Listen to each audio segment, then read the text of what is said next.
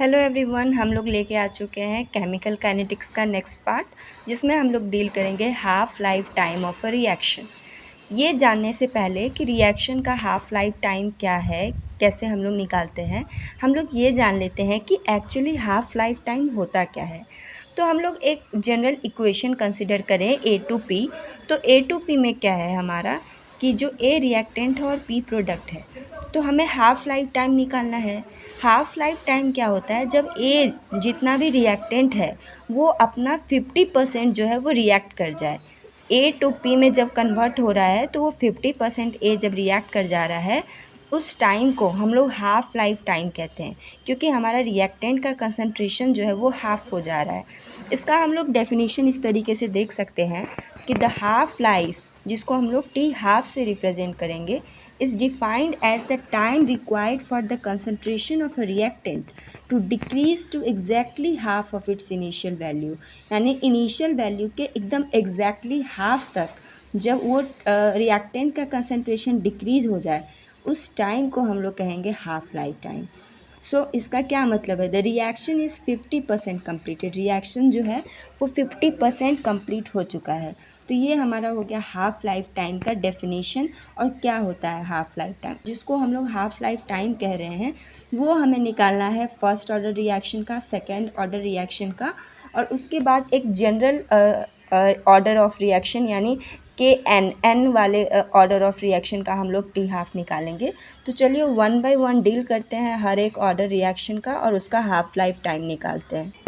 अब हम लोग डील करेंगे टी हाफ और first order reaction. First order reaction के लिए टी हाफ क्या होगा, तो उससे पहले हम लोग ऑलरेडी एक बार एक वीडियो में डिस्कस कर चुके हैं integration of rate expression for first order reaction.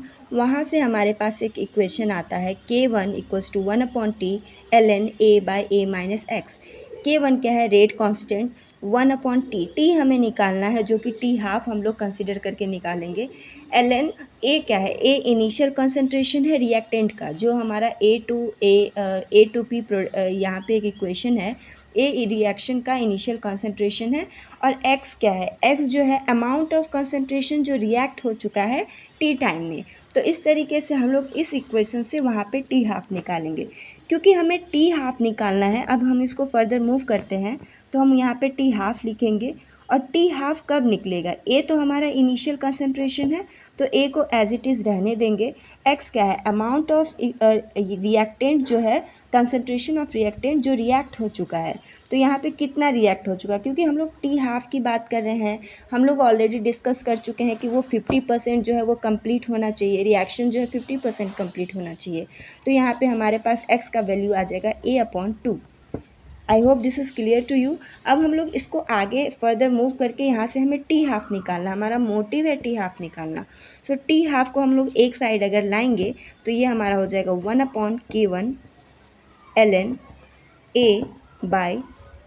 A/A-A/2।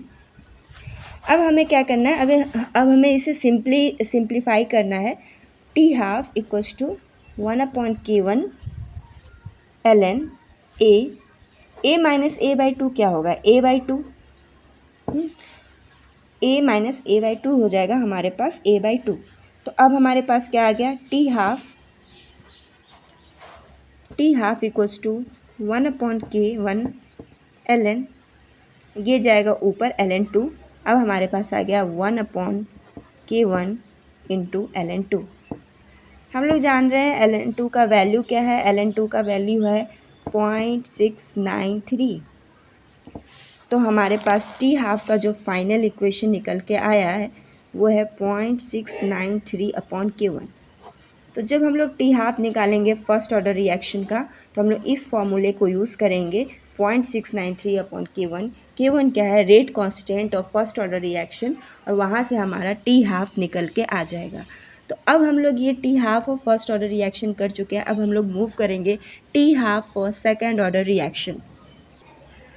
तो हम लोग को सेकेंड ऑर्डर रिएक्शन के लिए भी एक इंटीग्रेटेड रेट एक्सप्रेशन है जो हम लोग ऑलरेडी डिस्कस कर चुके हैं। इसका भी एक सेपरेट वीडियो अवेलेबल है इसी चैनल पे, जिसका एक प्लेलिस्ट बना हुआ है केमिकल काइनेटिक्स। जिसे नहीं पता है वो वहाँ जाकर देख सकते हैं। सो इसका जो हमारे पास इंटीग्रेटेड रेट एक्सप्रेशन है वो है K2, जिसको रेट कॉन्स्टेंट K2 से रिप्रेजेंट करें क्योंकि ये सेकेंड ऑर्डर रिएक्शन है। K2 equals to 1/T x by A into A minus x. यहाँ भी जो भी लेटर्स है, जो भी वेरिएबल्स है, वो सेम चीज़ों को रिप्रेजेंट कर रहे हैं। K2 रेट कांस्टेंट है, T टाइम को रिप्रेजेंट कर रहा है, X है amount of reaction, amount of A reactant जो कि रिएक्ट हो चुका है वो X है, A है इनिशियल कंसंट्रेशन और यहाँ पे भी A initial concentration, X amount of reactant that is reacted, जो हम लोग ये 2A2P से हम लोग इसका इक्वेशन रिप्रेजेंट कर रहे थे। तो ये हमारा हो गया सेकेंड ऑर्डर रिएक्शन का इंटीग्रेटेड रेट एक्सप्रेशन। अब यहाँ से हम लोगों को टी हाफ निकालना है। सेम उसी तरीके से इसको टी हाफ करेंगे, एक्स को A/2 करेंगे क्योंकि हमें हाफ लाइफ निकालना है ना, हाफ लाइफ टाइम निकालना है। तो हाफ लाइफ में क्या होगा, इनिशियल से ये जो है वो A/2 हो जाएगा, हाफ हो जाएगा। तो अब हम यहाँ पे करेंगे K2 equals to 1/T half, T half से रिप्रेजेंट करते हैं। एक्स क्या हो जाएगा हमारा अगर टी हाफ कर रहे हैं तो A/2 A माइनस A/2। तो ये हमारा इक्वेशन आ गया। अब हमें क्या करना है, इसको सिंप्लीफाई करना है। K2 equals to 1/T half into A/2 by A minus A/2 क्या हो जाएगा, A/2। अब हमारे पास A/2 इधर, A/2 इधर, ये दोनों न्यूमरेटर डिनोमिनेटर में है तो ये दोनों सिंप्लीफाई होके कट जाएगा। हमारे पास इधर बच गया है K2 equals to 1/T half into 1/A। अब हमें क्या करना है, टी हाफ निकालना है। तो सिंपली हम लोग क्या करेंगे, टी हाफ को इधर ले आएंगे, 1/K2 इंटू 1/A। तो ये हमारा आ जाएगा T half equals to 1/K2 into A. तो ये हमारा हो गया फाइनल फॉर्मूला जिससे कि हम लोग टी हाफ निकाल सकते हैं सेकेंड ऑर्डर रिएक्शन का। ये क्या है, ये K2 रेट कांस्टेंट है सेकेंड ऑर्डर रिएक्शन का। A क्या है, इनिशियल कॉन्सेंट्रेशन ऑफ A, जो हमारा रिएक्टेंट A था उसका इनिशियल कॉन्सेंट्रेशन A है। तो हम लोग इस तरीके से यहाँ पे टी हाफ निकाल सकते हैं सेकेंड ऑर्डर रिएक्शन का। अब हम लोग मूव करेंगे एक जनरल इक्वेशन की तरफ, जो कि टी हाफ को, जहाँ से हम लोग टी हाफ निकाल सकते हैं कि T half for nth order reaction. सबसे पहले हम लोग ये जान लेते हैं कि nth ऑर्डर रिएक्शन को हम लोग रिप्रेजेंट कैसे कर सकते हैं। तो हम लोग इस तरीके से उसे रिप्रेजेंट कर सकते हैं, Na से एक प्रोडक्ट फॉर्मेशन हो रहा है। A क्या है, A रिएक्टेंट है, P प्रोडक्ट है, N क्या है, उसका स्टोइकियोमेट्रिक कोफिशिएंट है, जो कि रेट एक्सप्रेशन में हम लोग लिखेंगे तो A पे पावर N हो जाएगा। और हम लोग इसको इक्वेशन में लिखेंगे, ये प्रोपोर्शनल साइन हटाएंगे तो यहाँ पे Kn A to the power n हो जाएगा। तो इस तरीके से हमारे ये nth ऑर्डर रिएक्शन हुआ। अब इसी nth ऑर्डर रिएक्शन को हम लोग को क्या करना है, इंटीग्रेट करना है। यहाँ से हम लोग को टी हाफ निकालना है, मेन मोटिव हमारा टी हाफ निकालना है। तो हम लोग इसको और कैसे कर सकते हैं, तो r को हम लोग किस तरीके से लिख सकते हैं, -dA/dt। ये हम लोग जानते हैं क्योंकि रिएक्टेंट A है तो यहाँ पे -d/dt। माइनस क्यों दे रहे हैं, क्योंकि टाइम के साथ A का कॉन्सेंट्रेशन डिक्रीज़ हो रहा होगा। सो यहाँ पे -d/dt आ जाएगा। इसी तरीके से हम लोग इधर हमारे पास क्या है, Kn A⁴n। तो ये हमारा इक्वेशन आ गया। इसको आगे मूव करते हुए हम लोग किस तरीके से लिख सकते हैं, क्योंकि हमें इसे इंटीग्रेट करना है तो A के पावर को A वाले टर्म को इधर लाएंगे ताकि हमारा वेरिएबल सेम हो जाए और हम उसे ईजिली इंटीग्रेट कर पाएँ। तो dA/A⁴n और Kn/dt को हम लोग इधर ले जा सकते हैं, Kn/dt। तो ये हमारा हो गया ये इक्वेशन। अब हमें क्या करना है, हमें सिंपली इसे इंटीग्रेट करना है। अब हम लोग यहाँ पे कंसिडर कर लेते हैं कि at time t equals to 0, time t equals to 0 यानी जब रिएक्शन स्टार्ट नहीं हुआ है, स्टार्ट होने को है, time t equals to 0, A का कंसंट्रेशन जो है वो A0 है। ओके, सो अब हम लोग क्या करेंगे, इसी हिसाब से यहाँ पे हमें इंटीग्रेशन करना है। हम लोग 0 टू t के लिए इंटीग्रेट कर रहे हैं तो हमारे पास जो राइट हैंड साइड में आ जाएगा, ये हमारा इक्वेशन आ रहा है -dA/A concentration of A/n equals to के एन हमारा कांस्टेंट है, और टाइम टी को हम लोग किस तरीके से इंटीग्रेट कर पाएंगे, के एन इंटू टी। ये हमारा हो गया। हमें क्या करना है, मेनली इसको इंटीग्रेट करना है। अब तो ये कैसे इंटीग्रेट होगा, हम लोग के पास एक जनरल इक्वेशन होता है ए पे power minus n d A. जब हम लोग करेंगे तो ये क्या हो जाएगा हमारे पास, ए पे power minus N plus one, A पे power minus N plus one by minus N plus one. ये हम लोग का जनरल इंटीग्रेशन वाला इक्वेशन है। तो अब हम लोग यहाँ से क्या करेंगे, ए पे पावर एन को, जिसको हम लोग ऊपर ले जाके माइनस एन लिखेंगे, उसको हम लोग इंटीग्रेट करके इस फॉर्म में लिखेंगे। अब हमारे पास आ चुका है ये वाला इक्वेशन माइनस डी अपॉन ए पे पावर एन इक्वल्स टू के एन इंटू टी, जो कि पिछले वाले इक्वेशन से आया है। तो अब हम लोग इसको कैसे करेंगे, ए पे पावर एन जो है वो डेनोमिनेटर में है, इसको अगर हम लोग न्यूमरेटर में ले जाते हैं तो ए पे पावर माइनस एन आ जाएगा, डी ए जो पहले से है और माइनस पहले से है, ये हमारा इक्वल हो जाएगा कितना, के एन इंटू टी के। हम लोग ऑलरेडी देख चुके हैं, इसको हम लोग अगर इंटीग्रेट करेंगे A to power minus n को, तो ये हमारा आ जाएगा ए पे power minus N plus one upon minus N plus one. ये हमारा आ गया के एन इंटू टी। ओके, यहाँ पे के एन इंटू टी प्लस सी इसका क्या है, कांस्टेंट ऑफ इंटीग्रेशन है, ये भी हम लोग यहाँ पे लिखते हुए चलेंगे, के एन इंटू टी प्लस सी, के एन इंटू टी प्लस सी, ये हमारा आ गया। अब हमें क्या करना है, इसको सिंप्लीफाई करना है। सो आ गया हमारे पास ए पे power minus N plus one. इसको जब हम लोग माइनस और इस वाले माइनस से अगर हम इस माइनस को माइनस कॉमन ले ले तो हमारे पास क्या आ जाएगा, एन माइनस वन। अब इस माइनस से इस माइनस को हम लोग कैंसिल आउट कर सकते हैं, इक्वल्स टू के N into T plus c. अब हमें क्या करना है, इसको आगे हम लोग मूव करेंगे तो हमारे पास ये इंटीग्रेशन का साइन हट जाएगा, क्योंकि हमारे पास इंटीग्रेशन ऑलरेडी हो चुका है, ये इंटीग्रेशन हो चुका है। सो ये हमारे पास आ जाएगा ए। अब यहाँ पे माइनस हम लोग कॉमन लेंगे तो ये हमारा क्या आ जाएगा, एन माइनस वन, और ये हमारे पास नीचे है N minus one, equals to के N into T plus c. हमें क्या करना है ना, माइनस साइन को हटाना है। अगर हम लोग ए वाले पूरे टर्म को अगर हम लोग नीचे ले आए डिनोमिनेटर में, तो ये हमारे पास आ जाएगा one upon A, minus sign हटेगा एन माइनस वन, और ये हमारे पास ऑलरेडी है N minus one, equals to के N into T plus C. I hope this is clear to you. अब हमें क्या करना है, सी कांस्टेंट ऑफ इंटीग्रेशन जो है वो निकालना है, और वहाँ से हम लोग टी हाफ निकालेंगे, उसको पुट करके फिर से टी हाफ निकालेंगे। तो कांस्टेंट ऑफ इंटीग्रेशन हम लोग कब निकालते हैं, हम लोग जब भी देखे हैं तो at time t equals to zero initial concentration जो जहाँ पे जो है उस तरीके से हम लोग सी निकालते हैं। इस वैल्यू में हमारे पास क्या है, अब इस इक्वेशन में ये मान लेते हैं कि इक्वेशन नंबर वन है, हालांकि ये इक्वेशन वन नहीं है, बट फिर भी हम लोग मान लेते हैं यहाँ पे इक्वेशन नंबर वन है, नंबर डिनोट करने के लिए बस। तो ये हमारे पास क्या आ जाएगा, इनिशियल कॉन्सेंट्रेशन की हम लोग बात कर रहे हैं ना, तो इनिशियल कॉन्सेंट्रेशन हम लोग क्या मान के चले हैं, ए नॉट एन पे पावर माइनस वन। अब ये हमारा आ जाएगा n minus one, k n t हमारा क्या है, जीरो, क्योंकि time t equals to zero पे हम लोग कांस्टेंट ऑफ इंटीग्रेशन निकालते हैं, तो ये आ जाएगा हमारा सी। अब हमारे पास क्या आ गया, one by A not N minus one equals to C. C का वैल्यू जो है वो सी का वैल्यू हमारे पास ये आ चुका है। अब हम लोग क्या करेंगे, इस सी के वैल्यू को इस वाले इक्वेशन में डालेंगे, इक्वेशन नंबर वन में डालेंगे। So putting the value of C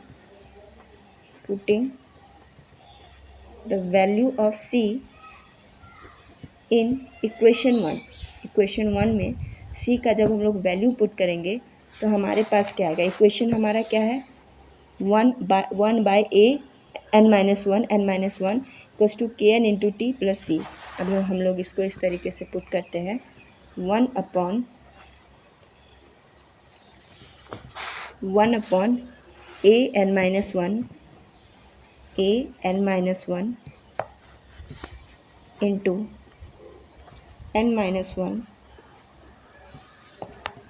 equals to के N into T plus c का हमारा क्या वैल्यू है, one upon A naught n-1 इंटू n-1। ये हो गया हमारे पास सी का वैल्यू। तो कुछ इस तरीके से हमारा पूरा फुल इक्वेशन आ जाता है।